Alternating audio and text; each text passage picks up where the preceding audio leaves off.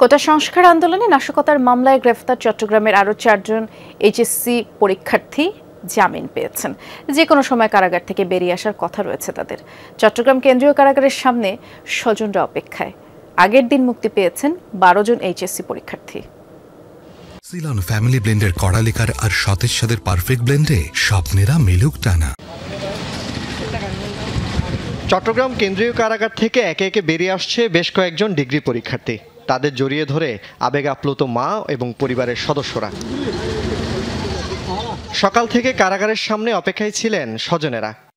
আমার ভাইয়ের লাইফ থেকে 19টা দিন মানে বিনা বিচারে কোনো অপরাধ ছাড়া চলে গেছে। এই দায়ভার কে নিবে এর আমরা সুষ্ঠু তদন্ত চাই, বিচার চাই। সব ছাত্রছাত্রীদেরকে যেন সরকার মুক্তি দেয় এই কামনায় করব।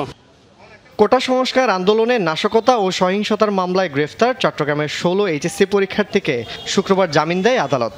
রাতেই মুক্তি পান 12 জন। জামিনের কাগজপত্র পৌঁছে দিয়ে বাকি 4 জন মুক্তির অপেক্ষায়। আমি আমার ভাইয়ের জন্য মুক্তি দেখতে চাই।